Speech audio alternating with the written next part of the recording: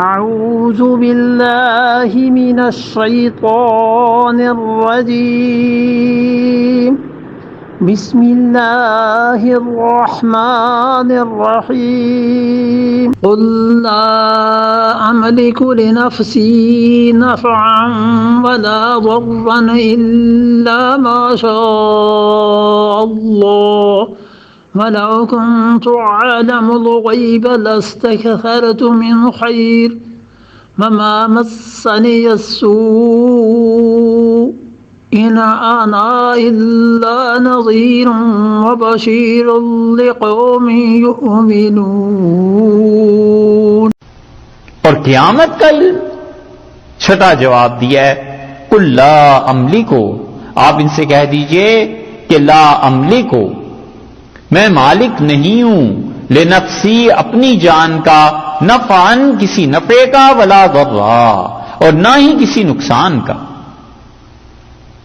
میں اپنی جان کے لیے مالک نہیں ہوں، نہ کسی نفع کا نہ نقصان کا، الا ما شاء اللہ، مگر جو اللہ چاہے تو نفع بھی ہو اور اللہ چاہے تو کسی طرف سے تکلیف بھی پہنچ سکتی ہے۔ وَلَوْ كُنْتُ عَالَمُ الْغَيْبِ، اور اگر میں جانا کرتا غیب کو، لَأَسْتَكْثَرْتُ مِنَ الْخَيْرِ، تو بہت سی خوبیاں میں لے لیتا۔ مجھے اگر پتا ہوتا کہ انجام کار یہ مسئلہ کیا ہو جائے گا تو میں بہت سی خوبیاں لے لیتا۔ وَمَا مَسَّنِيَ السُّوءُ، اور مجھے کوئی بھی برائی نہ پہنچتی۔ تم میرے متعلق سمجھتے ہو کہ مجھے علم ہے قیامت کا؟ مجھے تو ان چیزوں کا علم نہیں ہے جو دنیا میں میرے ساتھ پیش آ رہی ہیں۔ اس پر بعض لوگ دھوکہ دیتے ہیں اور کہتے ہیں کہ کنتو کا تو مطلب یہ ہے کہ اگر میں جانتا ہوتا، یعنی ماضی میں، مگر بعد میں رسول اللہ صلی اللہ علیہ وسلم کو علم ہو گیا تھا۔ اور اتنا نہیں عربی کا قاعدہ جانتے کہ لو کا جو لفظ ہے اگر، یہ ماضی پر جب داخل ہو جائے تو پھر اس کا مطلب یہ ہے کہ مسلسل یہ کام ایسے ہی ہے۔ اگر میں جانتا ہوتا کبھی بھی کہ غیب کیا ہے، چھپی ہوئی چیز کیا ہے، لاستکثرت من الخیر، تو میں تو بہت سی برائیاں جمع کر لیتا۔ وما مسنی السوء، اور مجھے کوئی بھی برائی نہ پہنچتی۔ سوء سے مراد یعنی میں بیمار نہ ہوتا، پتہ چل جاتا کہ فلاں چیز کے کھانے سے یا فلاں موسم کی تبدیلی سے مجھ میں ایسی بیماری آ سکتی ہے، میں اپنے آپ کو بچا لیتا۔ اسی لیے رسول اللہ صلی اللہ علیہ وسلم نے وفات سے پہلے بھی، حضرت عائشہ رضی اللہ عنہا کی روایت میں آتا ہے، اور امام زہری رحمۃ اللہ علیہ اسی کو کہتے تھے کہ نبی کریم صلی اللہ علیہ وسلم کو یہ کہو کہ وہ شہید ہوئے۔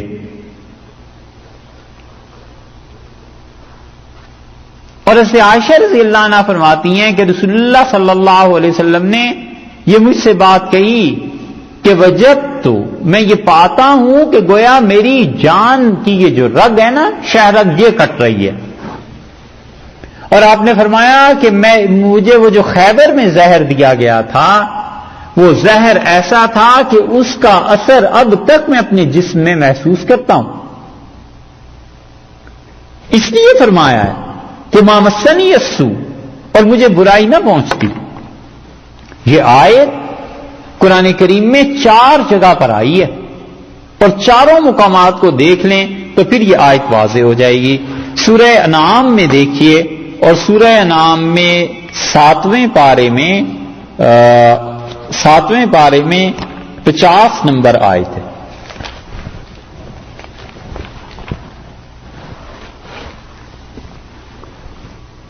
صرف ان چاروں جگہ کو پڑھ لیتے ہیں، پھر اسی جگہ پہ آ جاتے ہیں۔ 3 جگہ اس کے علاوہ ہیں۔ سورہ انعام 7واں پارہ آیت نمبر 50۔ قُلْ لَا أَقُولُ لَكُمْ عِنْدِي خَزَائِنُ اللَّهِ، آپ کہہ دیجئے لا أَقُولُ لَكُمْ، میں تم سے یہ نہیں کہتا کہ عندی خزائن اللہ، میرے پاس اللہ کے خزانے ہیں، میں تو تم سے یہ نہیں کہتا۔ یاد ہے یہ آیت پڑھی تھی، اور وہ کیا کہتے تھے؟ جو ظالم ہیں وہ کہتے ہیں کہ میں تو نہیں کہتا کہ میرے پاس خزانے نہیں ہیں، آیا خیال میں؟ ولا عالم الغیب، اور نہ میں یہ کہتا ہوں کہ مجھے غیب کا علم نہیں، اور آگے آگے پھنس گئے. ولا اقول لکم انی ملک، اور نہ میں یہ کہتا ہوں کہ میں فرشتہ نہیں، تو اب اس کی کیا توجیہ ہو؟ آیا خیال میں؟ علیاذ باللہ. ایسے کرتے ہیں تحریف. قل لا اقول لکم عندی خزائن اللہ، آپ کہیے میں نہیں کہتا تم سے، میرا یہ دعویٰ ہی نہیں ہے سرے سے کہ میرے پاس اللہ کے خزانے ہیں، اور نہ میں جانتا ہوں غیب کی بات. ولا اقول لکم انی ملک، اور نہ میں تم سے کہتا ہوں کہ میں فرشتہ ہوں. ان اتبع الا ما یوحى الی، اور میں اسی پر چلتا ہوں جو حکم مجھ تک آتا ہے. قل هل يستوي الاعمى والبصير، ان سے کہیے کہ کیا آنکھوں والے اور اندھے برابر ہوا کرتے ہیں؟ افلا تتفکرون، تم اس بات کو نہیں دھیان کرتے؟ ایک آیت. دوسری یہی جو آپ پڑھ رہے ہیں اور ہم بھی پڑھ رہے ہیں، اور تیسری آیت سورہ یونس میں 11ویں پارے میں، وہاں دیکھیے گا. سورہ یونس 10ویں سورت ہے اور آیت نمبر ہے اس کی 49. 11واں پارہ سورہ یونس 10ویں سورت اور آیت نمبر ہے 49. قل لا املک لنفسی ضرا ولا نفعا، آپ کہہ دیجئے کہ میں مالک نہیں ہوں اپنی جان کے لیے، اپنے واسطے، ضرم ولا نفع، نہ برے کا نہ بھلے کا، میری کوئی ملکیت نہیں. الا ما شاء اللہ، مگر جو اللہ چاہے. لکل امت، ہر ایک فرقے کے لیے، ہر ایک امت اور گروہ کے لیے، اجل، وعدہ اللہ نے رکھا ہے. اذا جاء اجلہم، اور جب ان کا وعدہ پورا ہو جائے گا، فلا یستأخرون ساعۃ ولا یستقدمون، تو اللہ ایک گھڑی کی نہ ڈھیل دے گا اور نہ اس کو جلدی کرے گا. بالکل عین وقت پہ خدا کا عذاب آ جائے گا. میں تو اپنی جان کے لیے نفع اور نقصان کا مالک نہیں ہوں. 3 آیتیں ہو گئی. چوتھی آیت بھی اسی طرح کی دیکھ لیجئے. آگے تھوڑا سا سورہ ہود آ رہی ہے، اور سورہ ہود 12ویں پارے میں اس کی آیت نمبر 31 دیکھ لیجئے. 31 کیا اردو ہوگی؟ حیدرآبادی کیا اردو بولیں گے؟ ہیں 31 اور یو پی والے 31. اچھا سورہ ہیں حیدرآباد میں 31 بولتے ہیں لوگ. یہ کب سے؟ ارے نہیں صاحب، ایسے ہی امریکہ آئی بات، آنے کے بعد یہ آئی بات، یہ بھی ایک بات ہے نا. 12واں پارہ سورہ ہود اور آیت نمبر 31. اچھا صاحب یہ دیکھیے. ولا اقول لکم عندی خزائن اللہ، اور میں یہ نہیں کہتا کہ میرے پاس ہیں خزانے اللہ کے. ولا عالم الغیب، اور نہ میں غیب کی خبر رکھتا ہوں. ولا اقول انی ملکن، اور میں یہ بھی نہیں کہتا کہ میں فرشتہ ہوں. ولا اقول، اور نہ میں یہ کہتا ہوں للذین تزدری اعینکم، جو تمہاری آنکھوں میں حقیر ہیں. لن یؤتیہم اللہ خیرا، اللہ انہیں خیر نہیں دے گا. اللہ اعلم بما فی انفسہم، اللہ جانتا ہے ان غریبوں کے دلوں میں کیا ہے. اگر میں ان کو اپنے پاس سے ہٹا دوں گا، انی اذا لمن الظالمین، تو میں تو بے انصاف ہو جاؤں گا. یہاں پر اللہ تعالی نے یہ آیت کریمہ نازل کی ہے حضرت شعیب علیہ الصلوۃ والسلام کے قصے، حضرت نوح علیہ الصلوۃ والسلام کے قصے میں. لیکن یہی چیز چونکہ 3 جگہ رسول اللہ صلی اللہ علیہ وسلم کے متعلق آئی ہے، لہذا ضمنی طور پر اس آیت سے بھی پتہ چلتا ہے. اب بات کیا ہے؟ دیکھیے سورہ اعراف میں ارشاد فرمایا قل لا املک لنفسی نفعا ولا ضرا، ان سے کہیے نہ تو مجھے نفع کا اختیار ہے اور نہ ہی مجھے اس کے ساتھ ساتھ نقصان کا اختیار ہے. الا ما شاء اللہ، مگر جو اللہ چاہے. کیونکہ نفع پہنچانا اور نقصان سے بچانا یہ اللہ کی صفت قدرت ہے، اس سے تعلق رکھتا ہے. اور ہمیشہ شرک اللہ کی 2 صفات میں بہت زیادہ ہوا ہے، صفت علم میں اور قدرت میں. کہ ایک تو کہتے ہیں کہ اللہ کے علاوہ بھی کسی کو علم ہے، اور ایک یہ کہتے ہیں کہ اللہ کے علاوہ قدرت بھی حاصل ہے، تو قدرت کی نفی فرما دی کہ بھئی کوئی قدرت مجھے اپنی ذات کے لیے نہیں ہے، علم تو بہت دور کی بات ہے، اپنی ذات کے لیے نہیں ہے، تمہاری تو بہت دور کی بات ہے۔ قدرت کی نفی ہو گئی، آگے علم کی نفی، وَلَوْ كُنْتُ عَالَمُ الْغَيْبِ، اور اگر میں جانتا ہوتا غیب کی بات، لَاسْتَكْثَرْتُ مِنَ الْخَيْرِ، تو بہت سی خوبیاں میں لے لیتا۔ نبی کریم صلی اللہ علیہ وسلم نے جو حج کیا تھا، یہ کون سا حج تھا؟ تمتع، قران، افراد، کون سا حج تھا؟ قران تھا۔ اچھا، اور کوئی رائے؟ کوئی نہیں، حج قران تھا رسول اللہ صلی اللہ علیہ وسلم کا، یہ بات صحیح۔ اور آن صلی اللہ علیہ وسلم نے اس میں ایک جملہ بار بار فرمایا ہے، آپ نے کہا اگر مجھے پتا ہوتا کہ مکہ مکرمہ آ کر یہ صورتحال بن جائے گی تو جو جانور میں اپنے ساتھ لایا ہوں اس بارے میں غور کرتا۔ اور یہ آخری حج ہے، اور وہ بھی دنیا کا ایک معاملہ عبادت سے تعلق رکھتا ہے۔ حضرت صلی اللہ علیہ وسلم نے فرمایا اگر مجھے پتا ہوتا کہ مکہ مکرمہ میں یہ صورتحال بن جائے گی تو ایسے اور ایسے ہوتا۔ مالی نقصان ہو گیا۔ حضرت صلی اللہ علیہ وسلم نے 70 کے قریب صحابہ رضی اللہ عنہ بھیجے بیر معونہ میں، اور شہید ہو گئے۔ اور حضرت صلی اللہ علیہ وسلم کے پاس لوگ آئے اور انہوں نے کہا ہم انہیں لے جانا چاہتے ہیں، دین کی تعلیم ان سے حاصل کرنا چاہتے ہیں، اور رسول اللہ صلی اللہ علیہ وسلم نے 70 صحابہ رضی اللہ عنہ کو بھیج دیا، انہوں نے لے جا کر شہید کر دیا۔ 1 مہینے تک قنت شہرن لفظ آئے کہ 1 مہینے تک رسول اللہ صلی اللہ علیہ وسلم بددعا فرماتے رہے۔ اگر یہ سب کچھ پتا تھا تو پھر انہیں بھیجنے کی کیا ضرورت تھی؟ اس لیے علم کی بھی نفی کر دی۔ حدیبیہ میں گئے ہیں لوگ، اور حدیبیہ میں رسول اللہ صلی اللہ علیہ وسلم نے خواب دیکھا تھا کہ میں نے عمرہ کیا ہے، صحابہ رضی اللہ عنہ سے ذکر ہوا، ساتھ چلے گئے۔ وہاں جا کر صحابہ کرام رضی اللہ عنہ نے کہا اللہ کے رسول آپ تو فرماتے تھے کہ میں نے خواب میں دیکھا ہے، آپ نے فرمایا کہ کیا میں نے یہ بھی کہا تھا کہ اسی سال یہ ہوگا؟ تو خواب کی تعبیر اگلے سال آ گئی، 6 ہجری کی بجائے 7 ہجری میں۔ ما مسنی السوء، فرمایا کہ کیا ہوتا مجھ کو کبھی برائی نہ پہنچتی تو یہ سارا سفر کیا ہی کیوں؟ اور رسول اللہ صلی اللہ علیہ وسلم کے ساتھ تعلق میں دکھ اور پریشانی معمولی درجے کی حدیث ہم سنا دیتے ہیں، مگر اس سے قطعاً یہ نہ لینا کہ رسول اللہ صلی اللہ علیہ وسلم کو کوئی حقیقت میں دکھ پہنچا تھا، وگرنہ اس پہ بڑی تفصیلی بحث ہوتی ہے۔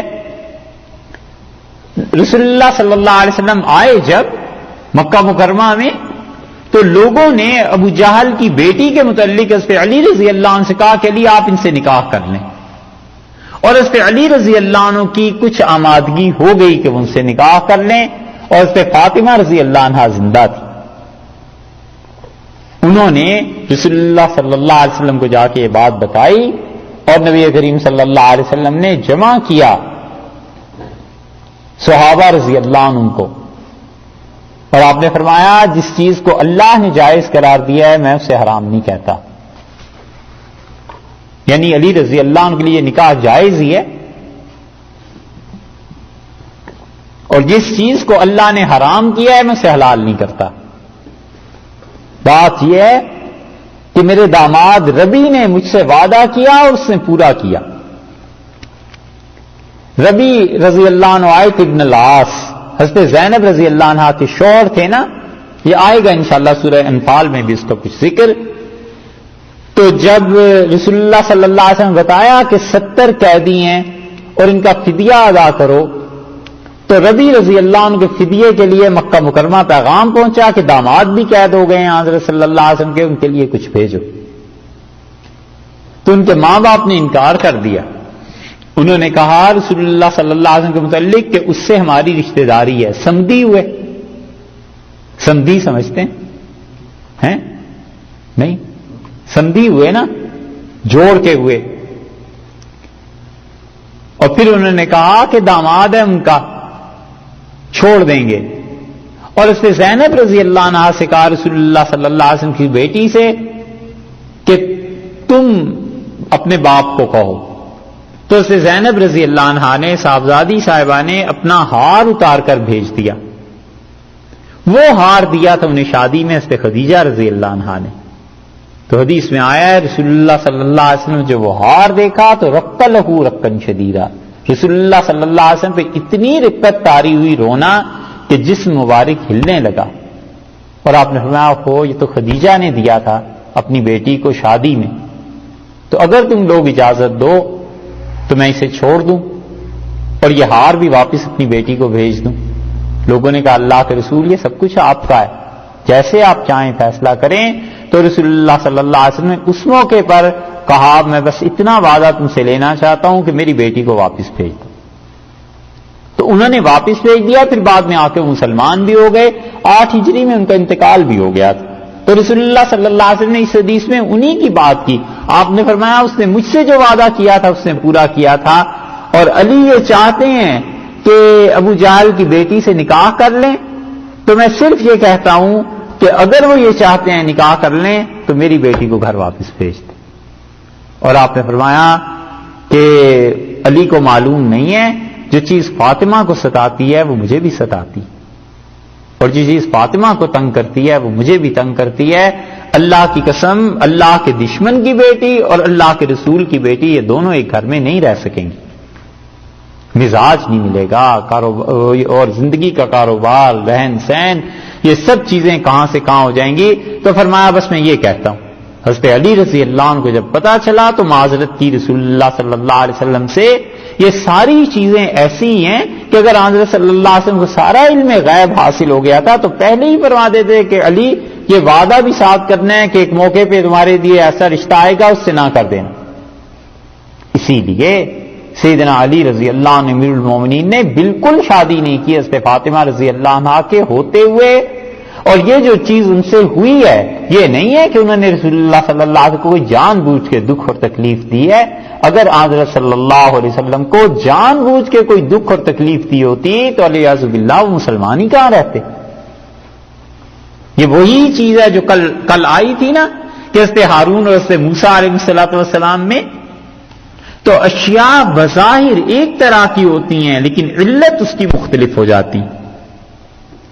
اور اجتہادی امور میں بیسیوں چیزیں ایسی ہیں جس میں رسول اللہ صلی اللہ علیہ وسلم ان کا معاملہ ایسے تھا کہ اجتہاد میں خطا ہو گئی اور اللہ تعالیٰ نے وحی نازل کر دی کہ یہ اجتہاد ایسے نہیں ہے ایسے ہے. سورہ انفال میں 1 مقام، سورہ توبہ میں 2 مقامات، 3 ابھی یہ گزرا تھا سورہ مائدہ میں جہاں آیا نا کہ وَلَا تُقُلْ لِلْخَائِنِينَ خَصِيمًا، اور آپ اللہ سے معافی مانگیے. 4تھا مقام وہ، اور آگے چل کے سورہ تحریم میں 5واں مقام. کتنے ہی مقامات ایسے ہیں جہاں حضور اقدس صلی اللہ علیہ وسلم نے اجتہاد فرمایا اور اجتہاد میں کوئی ایسی چیز ہو گئی اللہ نے کہا یہ چیز ایسے نہیں ایسے. یہاں بھی ہے یہ مسن یسو کہ اگر مجھے پتا ہوتا تو 2 چیزوں کی نفی ہو گئی. اور حقیقت میں شرک کی جڑ کٹتی اس وقت ہے جب آدمی 2 چیزوں کی اللہ کے علاوہ ہر ایک سے نفی کر دے. ایک چیز قدرت اور ایک علم کہ اللہ کے علاوہ کسی کو قدرت حاصل نہیں اور اللہ کے علاوہ علم محیط بھی کسی کو حاصل نہیں. اس کے علاوہ علم کے شعبے ہیں اور وہ ہوتے ہیں اور انہیں ماننا چاہیے. اہل سنت والجماعت کے ہاں جو اعتدال پایا جاتا ہے بس وہ یہی چیز ہے. مثلا غیب کی خبر کسی کو مل جاتی ہے خواب کے ذریعے، سب سے اچھا درجہ ہے، سب سے افضل چیز ہے. اس لیے کہ رسول اللہ صلی اللہ علیہ وسلم نے خواب کی گارنٹی دی ہے، فرمایا ہے کہ یہ وحی کا ایسا حصہ ہے 46واں حصہ ہے. اور رسول اللہ صلی اللہ علیہ وسلم نے یہ بھی بتلایا ہے کہ قیامت تک یہ چیز جاری رہے گی. آپ نے فرمایا اچھا خواب جو تم دیکھتے ہو یا تمہارے لیے کوئی دیکھتا ہے یہ قیامت تک جاری رہے گا. ایک جگہ آیا آپ نے فرمایا اصدقہم حدیثا اصدقہم رؤیا، جو آدمی جتنا سچا ہوگا اس کے خواب بھی اتنے ہی سچے ہوں گے. یہ تو قیامت تک چلے گا. اس سے غیب کی خبر ملتی ہے، مگر اس کا یہ مطلب تھوڑا ہے کہ سارے ہی غیب کا علم کوئی آ جاتا ہے. اور اسی خبر کو کوئی آدمی اپنے دوستوں کو بتاتا ہے، کوئی بزرگ ہوتے ہیں وہ اپنے جاننے والوں کو بتا دیتے ہیں. تو اس سے یہ تو پتہ نہیں چل جاتا کہ ساری چیزیں پتہ چل گئیں، بس ہو گیا، پتہ چل گیا. کبھی کبھی کشف ہو جاتا ہے.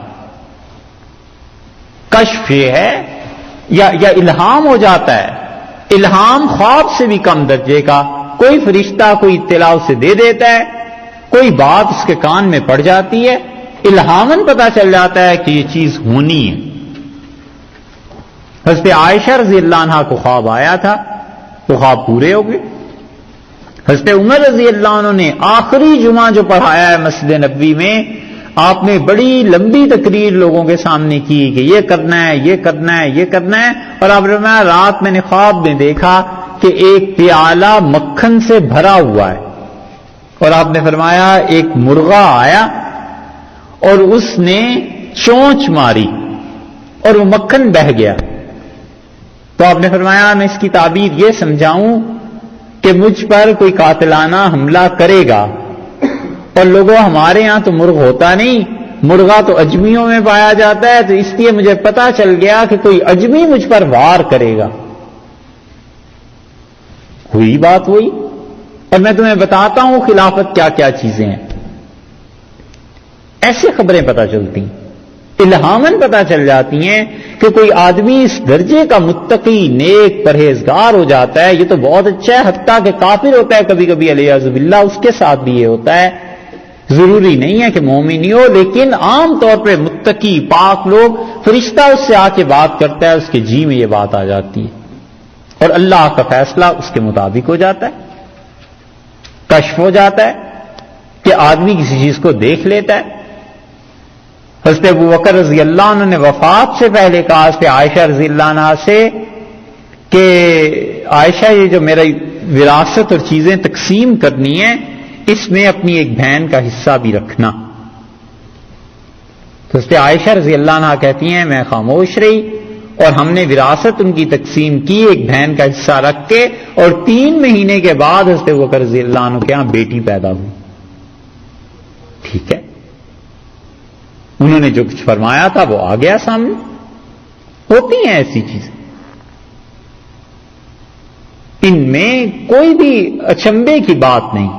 ہم کہتے ہیں وہ علم غیب کہ ایک ایک حال کا پتہ چل جائے کسی کا، یہ اللہ کے علاوہ کسی کا خاصہ نہیں. اور یہ بھی جتنی چیزیں ہیں یہ خبریں ہیں، یہ کوئی علم تھوڑا ہی ہے، یہ تو خبر ہے، بتایا جا رہا ہے.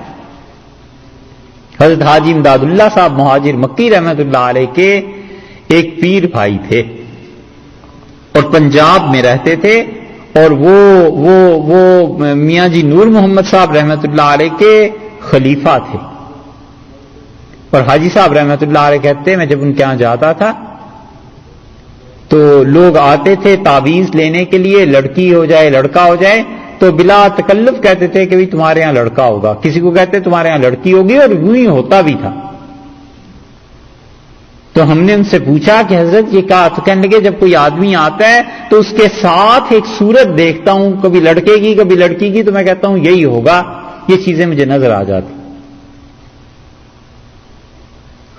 ہم ان ساری چیزوں کی نفی نہیں کرتے، ہم کہتے ہیں یہ چیزیں ہوتی ہیں، کسی کو بھی پیش آ سکتی ہیں، مگر یہ جو کلی علم غیب ہے یہ اللہ ہی کا خاصہ ہے، اللہ کے علاوہ کسی کا نہیں. اسی لیے اس آیت کے بعد آخر پہ فرما دیا ہے ان انا الا نذیر و بشیر لقوم یؤمنون، اور میں تو ڈراتا ہوں اور بشارت سناتا ہوں ان لوگوں کے لیے لقوم یؤمنون جو قوم ایمان والی، جو ایمان لانے والے ہیں، میں ان کے لیے بھیجا گیا ہوں. جو مانتے ہیں میں انہیں ڈراؤں، خوشخبری سناؤں، تاکہ اللہ کے ساتھ تعلق کو قائم رکھیں.